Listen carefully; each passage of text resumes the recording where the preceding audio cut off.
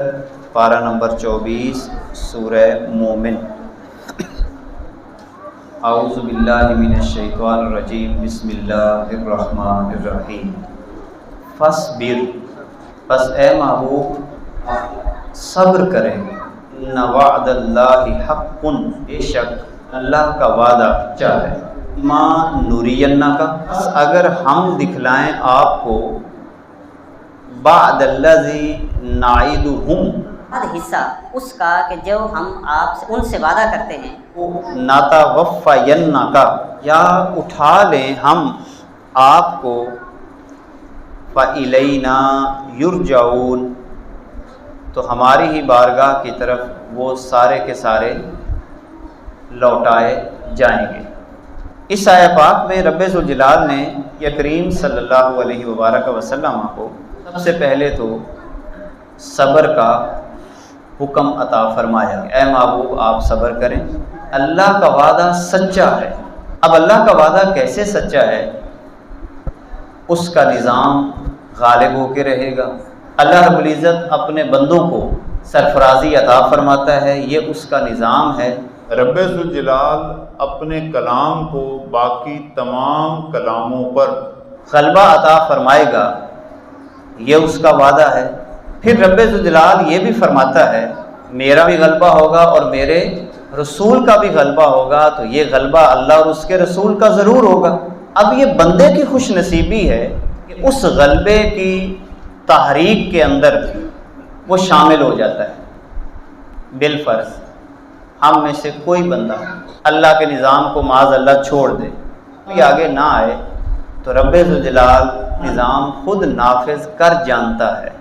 اس کی فوجیں ہیں، جس سے مرضی کام لے لے گا، ہوا سے کام لے لے گا، چڑیوں سے کام لے لے گا، وہ بادلوں سے کام لے سکتا ہے، اس کی فوجیں ہیں، وہ پانی سے کام لے سکتا ہے۔ اللہ رب العزت کسی بھی اپنی فوج سے کام لے سکتا ہے۔ یہ حضرت انسان کو اعزاز حاصل ہے کہ اللہ رب العزت نے یہ اعزاز دیا کہ تو یہ کام کر لے تو تمہیں میں اعزاز عطا کروں گا۔ اب اس سلسلہ میں رب ذوالجلال نے جو بات ہمیں ارشاد فرمائی ایک اور مقام پر، لا تہنوا ولا تحزنوا وانتم الاعلون، اگر تم کامیابی چاہتے ہو، غلبہ چاہتے ہو، اعلیٰ ہونا چاہتے ہو، تو دو چیزیں تم نے چھوڑنی ہیں۔ ایک، وہن نہیں کرنا۔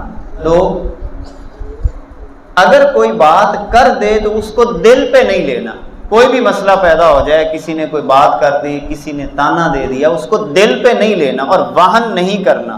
اب یہ وہن کیا چیز ہے جس کی تشریح کریم آقا صلی اللہ علیہ وسلم نے خود ہمیں عطا فرمائی؟ صحابہ نے جب سوال کیا یا رسول اللہ صلی اللہ علیہ وسلم یہ وہن کیا ہے، تو کائنات کے آقا نے فرمایا دو چیزیں ہیں وہن، دنیا کی محبت اور موت سے گھبراہٹ۔ اب اس کا مطلب ہے کہ حضور علیہ الصلوۃ والسلام ہمیں یہ جملہ عطا فرما رہے ہیں اور اللہ یہ ہمیں عطا فرما رہا ہے، دنیا کو دنیا سے محبت نہیں کرنی، کو دل میں جگہ نہیں دینی۔ اس کا مطلب کیا ہوتا ہے کہ اس کی بنیاد پہ لڑائیاں نہیں کرنی، جھگڑے نہیں کرنے، فتنے اور فسادات پیدا نہیں کرنے۔ اور نمبر دو، موت سے نہیں ڈرنا، موت تو آنی ہے۔ ایک بندہ بیٹھ جائے کہ مجھے ڈر لگتا ہے کہیں موت نہ آ جائے، تو اللہ رب العزت نے قرآن میں اس کی بھی کئی مثالیں دی ہیں کہ تم بروج مشیدہ میں چلے جاؤ، قلعے بنا لو، بڑی بڑی دیواریں بنا لو، اپنا گھر اندر بنا لو، باہر نکلو بھی نہ تو پھر بھی تمہیں موت ضرور آ جائے گی، نے آنا ہی آنا ہے۔ تو کتنا اچھا ہو کہ موت آ جائے ہماری اچھے کاموں میں، نیکی کے کاموں میں۔ جب اس طرح موت آئے گی تو یہ موت بھی بڑی حسین ہے۔ تو یہ وعدہ ہے اصل میں اللہ کا، اے محبوب بس آپ صبر رکھیں، اللہ کا وعدہ سچا ہے، وہ غالب ہو کے رہے گا، باطل ہمیشہ مٹتا ہی ہے اور حق کو رب ذوالجلال غلبہ عطا فرماتا ہی ہے۔ اور پھر فرمایا کہ اے محبوب ہم جس عذاب کی بات کرتے ہیں اگر ہم دکھلا دیں جو ان سے وعدہ کیا ہے، یا آپ کو ہم اپنی طرف بلا لیں، فَإِلَيْنَا يُرْجَعُونَ، تو ہماری ہی بارگاہ کی طرف وہ لوٹائے جائیں گے سارے کے سارے، سب نے اسی کی بارگاہ میں جانا ہے۔ اچھا، پھر اس کے بعد فرمایا وَلَقَدْ أَرْسَلْنَا رُسُلًا، ہم نے رسول بھیجے، من قبلک، آپ سے پہلے بھی، منہم من قصصنا علیک، اے محبوب ان میں سے بعض نبیوں کے قصے ہم نے آپ کو بیان کر دیے ہیں، وَمِنْهُمْ مَن لَّمْ نَقْصُصْ عَلَيْكَ، اور بعض نبی ایسے ہیں کہ جن کے قصے ہم نے آپ کو بیان نہیں کیے۔ وَمَا كَانَ لِرَسُولٍ، کسی رسول کی شان کے یہ لائق نہیں ہے کیا، اَن یَأْتِیَ بِآیَةٍ، کہ کوئی نشانی کوئی آیت لا سکے، الا بِإِذْنِ اللہ، مگر اللہ کے حکم سے۔ کوئی رسول اپنی طرف سے کوئی بات نہیں کرتا، جو بات کرتا ہے وہ اللہ کی طرف سے کرتا ہے، اللہ کے حکم سے کرتا ہے۔ فَإِذَا جَاءَ أَمْرُ اللَّهِ، پس جب اللہ کا حکم آ جائے گا، قُضِیَ بِالْحَقِّ، حق کے ساتھ فیصلہ سنایا جائے گا۔ دنیا کے اندر ہم سے جھول ہو سکتا ہے، فیصلہ سنانے میں، فیصلہ کرنے میں کوشش انسان کرتا ہے، مگر قیامت کا دن ایسا ہوگا کہ جس میں ہر چیز پورے میرٹ کی بنیاد کے اوپر ہو، اتنی بھی زیادتی اللہ رب العزت نہیں فرمائے گا، کسی پہ ظلم نہیں ہوگا، ہر بندے کو اس کے کیے کا حساب دینا پڑے گا، جو اس نے دنیا میں کیا ہے ہر پہلو اللہ کی بارگاہ میں حاضر کیا جائے گا۔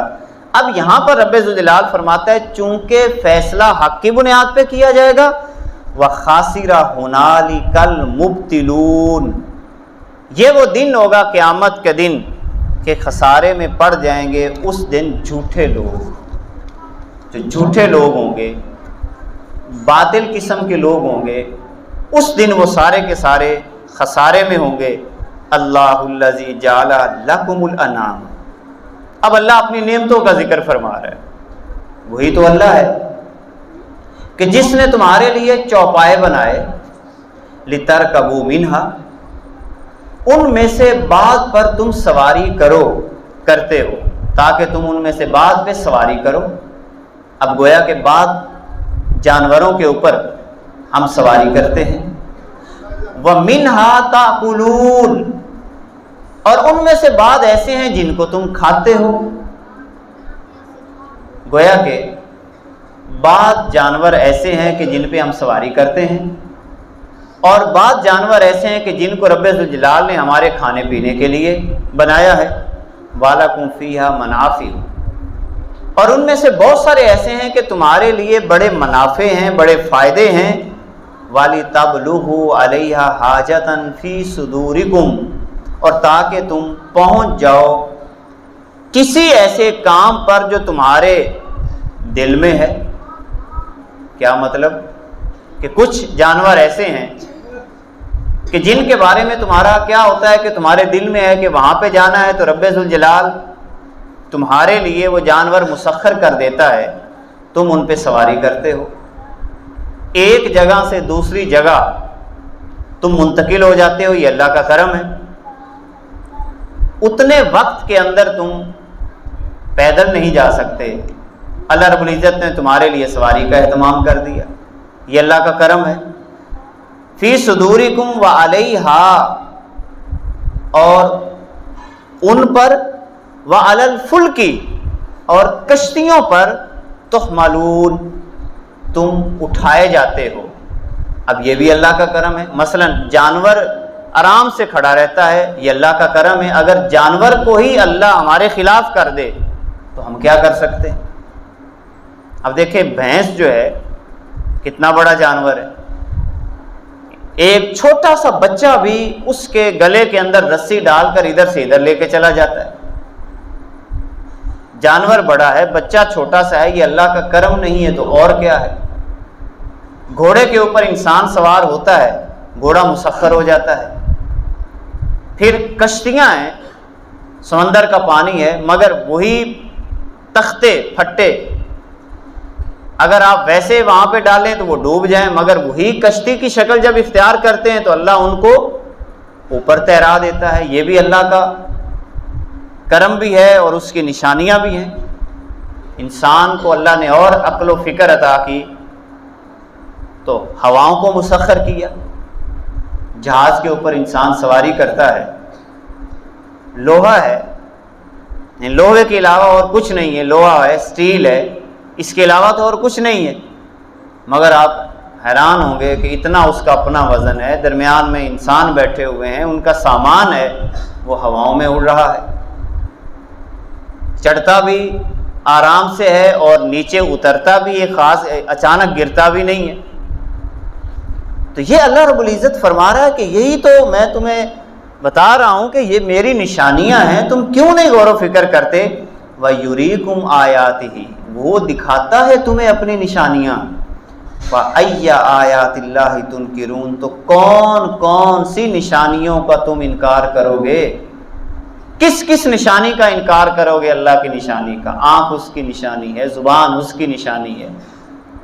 زبان پہ چھالا آ جائے تو انسان بے چین، انسان کی باڈی کے کسی حصہ میں کوئی عمل واقعہ ہو جائے پوری باڈی متاثر ہو جاتی ہے، انسان کے کان متاثر ہو جائیں پورا جسم متاثر ہو جاتا ہے، ناک متاثر ہو جائے پورا جسم متاثر ہو جاتا ہے۔ تو ایک ایک نعمت اللہ کی ایسی ہے کہ جس کا ہم کوئی دین دے نہیں سکتے۔ حدیث پاک میں آتا ہے، جامع صحیح مسلم کی روایت ہے، ایک بندہ جو بنی اسرائیل کا تھا، اس نے 500 سال اللہ کی عبادت کی، اللہ کی بارگاہ میں پیش ہوا تو رب ذوالجلال نے فرمایا کہ اس بندے کو میرے فضل کی وجہ سے جنت میں داخل کر دو۔ اور جب وہ دنیا میں عبادت کرتا تھا جس جگہ کے اوپر، وہاں پر اللہ نے ایک انار کا درخت یا کوئی پھل بھی اگایا ہوا تھا اور چشمہ بھی بہتا تھا، وہ پانی بھی وہیں سے پی لیتا، خوراک بھی کھا لیتا، عبادت کرتا رہتا۔ جب اللہ نے یہ فرمایا کہ میرے فضل کی وجہ سے جنت میں ڈال دو، تو وہ بندہ کہنے لگا فرشتوں کو کہ میری 500 سال کی عبادت کا ذکر ہی نہیں ہوا، وہ کدھر گئی؟ اب اللہ رب العزت فرمائے گا کہ چلو اب اس کا حساب کرتے ہیں۔ واپس بلایا گیا، ترازو لگ گیا، تو اللہ رب العزت نے فرمایا کہ ترازو کے ایک پلڑے میں 500 سال کی عبادت رکھ دو، رکھ دی گئی۔ فرشتے عرض کرتے ہیں کہ باری تعالیٰ اب دوسرے پلڑے میں تیری کس نعمت کو رکھیں، سٹارٹ کہاں سے لیں تاکہ اس کی 500 سال کی عبادت اب تولیں تو صحیح کہ اللہ کی نعمتوں کی اس نے قدر کتنی کی ہے۔ تو اللہ رب العزت فرمائے گا میری نعمت آنکھ، اس سے آغاز کر دو۔ جیسے ہی وہ نعمت آنکھ دوسرے پلڑے میں رکھی جاتی ہے، 500 سال کی ساری عبادت ہلکی پڑ جاتی ہے، وہ نعمت آگے بڑھ جاتی ہے، یہیں پہ زیرو ہو گیا۔ اب معافیاں مانگے گا، یا اللہ میں تیری نعمتوں کا حق ادا نہیں کر سکا، یہ تیرا فضل ہی ہے جو مجھے لیے پھرتا ہے، یہ اس کا فضل ہے، ہم تو اس کی ایک نعمت کا بھی حساب نہیں دے۔ یہ لعاب جو ہمارے پیدا ہوتا ہے جس کو ہم تھوک کہتے ہیں، اس کی ہم شکریہ نہیں ادا کر سکتے۔ اگر یہ بند ہو جائے، نہ ہم بولنے کے قابل، نہ کھانے کے قابل، نہ پینے کے قابل، یہ بند ہو جائے تو خوراک ہضم نہ ہو، ہمارا سارا نظام انہضام متاثر ہو جائے، تو دیکھیں ایک نعمت میں خرابی پیدا ہوتی تو پوری باڈی متاثر ہونا شروع ہو جاتی ہے۔ تو اسی لیے اللہ فرما رہا ہے فَأَيَّ آيَاتِ اللَّهِ تُنْكِرُونَ، تم اللہ کی کس کس نشانی کا انکار کرو گے، کس کس نشانی کا انکار کرو گے؟ أَفَلَمْ يَسِيرُوا فِي الْأَرْضِ، کیا انہوں نے زمین میں چل پھر کے نہیں دیکھا؟ فَيَنْظُرُوا كَيْفَ كَانَ عَاقِبَةُ الَّذِينَ مِنْ قَبْلِهِمْ، تو ان سے پہلے جو جھٹلانے والے لوگ تھے ان کا انجام کیا ہوا؟ انہوں نے دیکھا نہیں فرعون کا انجام کیا ہوا، صالح علیہ السلام کی قوم کا انجام کیا ہوا، کیا انجام ہوا ان کا؟ تو فرمایا کہ یہ دیکھتے نہیں۔ اور ساتھ اللہ نے ایک بات اور بھی سنائی ہے، کانوا اکثر منہم واشد قوۃ وآثارا فی الارض، کہ وہ جو پہلے لوگ تھے ان کی قوت بھی ان سے زیادہ تھی، طاقتور بھی زیادہ تھے، وآثارا فی الارض، اور زمین کے اندر ان کی نشانیاں بھی ان سے زیادہ تھیں، بڑے بڑے محل بناتے۔ آج بھی اگر آپ سیرت کی کوئی تاریخی کتاب کا مطالعہ کریں جن میں نقشے بھی بنے ہوئے ہیں، اٹلس سیرت ایک کتاب ہے، یا اس کے علاوہ بھی کتابیں ہیں، قوم عاد ہے، قوم سمود ہے، جو انہوں نے مکانات بنائے ہیں پہاڑوں کو تراش کے بندہ حیران رہ جاتا ہے کہ یہ ٹیکنالوجی ان کے پاس کہاں سے آ گئی تھی۔ اتنے بڑے بڑے نشانات اب بھی ان کے موجود ہیں۔ دیوار چین دیکھ لیں، کتنا بڑا ایک کارنامہ تھا دیوار چین بنانا پہاڑ کے اوپر۔ اہرام مصر کے اندر وہ جو تکون ٹائپ کی چیزیں بنی ہوئی ہیں، وہ بندہ آج کل کی سائنس حیران ہے کہ اتنے بھاری بھاری پتھر یہ کس طرح اوپر لے کے جایا کرتے تھے۔ تو یہی اللہ فرما رہا ہے وہ قوت میں بھی زیادہ تھے، تمہاری طاقت تو کچھ بھی نہیں ہے، اور نشانات بھی زیادہ تھے، مگر کیا ہوا؟ فما اغنا عنہ ما کانوا یکسبون، جو وہ کمائیاں کیا کرتے تھے کسی کمائی نے انہیں نفع نہ دیا۔ زور بنا رہے ہیں، طاقت بنا رہے ہیں، اپنی آپ کو آگے لوگوں پر بڑا ثابت کرنے کے لیے کتنے ہیلے کرتے ہیں، مگر ایک سادہ سی بات اگر دیکھی جائے، ایک بندہ جتنا مرضی جابر ہو، ظالم ہو، ساری عمر ٹور بناتا رہو، ایک موت کا مقابلہ نہیں کر سکتا۔ جب موت آتی ہے تو بے بس ہو جاتا ہے، آنکھیں پتھرا جاتی ہیں، ہاتھ بالکل سیدھے ہو جاتے ہیں۔ اب یہاں پر سارا کا سارا زور بھی ختم ہو گیا، تو فرمایا فلما جاءتہم رسلہم بالبینات، جب ان کے پاس رسول آئے نشانیاں لے کر، فارحوا بما عندہم من العلم وحاق بہم ما کانوا بہ یستہزئون، تو یہ اترانے لگے جو ان کے پاس علم تھا۔ یعنی جیسے ہمارے ہاں بھی بعض لوگ یہ جملہ بول دیتے سمجھانے کے لیے، کہہ رہا ہوں ساڈے کول انہاں نالوں گھنا علم ہے، اسی گھنے پڑھے لکھے ہیں۔ جب کوئی قرآن کا انکار کرتا ہے تو یہ جملہ بھی عموماً استعمال کرتا ہے، ہم زیادہ علم رکھتے ہیں ان سے، ہمیں زیادہ پتہ ہے ان سے۔ یہی بات وہ لوگ کیا کرتے تھے کہ ہمیں وہ اپنے جو ان کے پاس ہوتا اس پہ اتراتے تھے، وَحَاقَ بِهِم مَا كَانُوا بِهِ يَسْتَهْزِئُونَ، اور یہ بات ان کو گھیر گئی، یہ بات ان کے گلے پڑ گئی کہ جو وہ اللہ کی آیات کا مذاق کیا کرتے تھے۔ دیکھیں ایک بات ذہن میں رکھیں، اگر آپ عمل نہیں کر سکتے یہ الگ پہلو ہے، مگر کبھی بھی اللہ کی آیت کا مذاق نہ اڑائیں کسی بھی حالت کے اندر۔ اپنی کمزوری، بعض دفعہ لوگ کیا کرتے ہیں، مثلا وراثت کی بات ہے، یتیم کے مال کی بات ہے جو اللہ نے قرآن میں کی ہیں، ٹھیک ہے اگر تجھ سے عمل نہیں ہوتا، لیکن یہ بات کہ آپ اس آیت کا مذاق اڑانا شروع کر دیں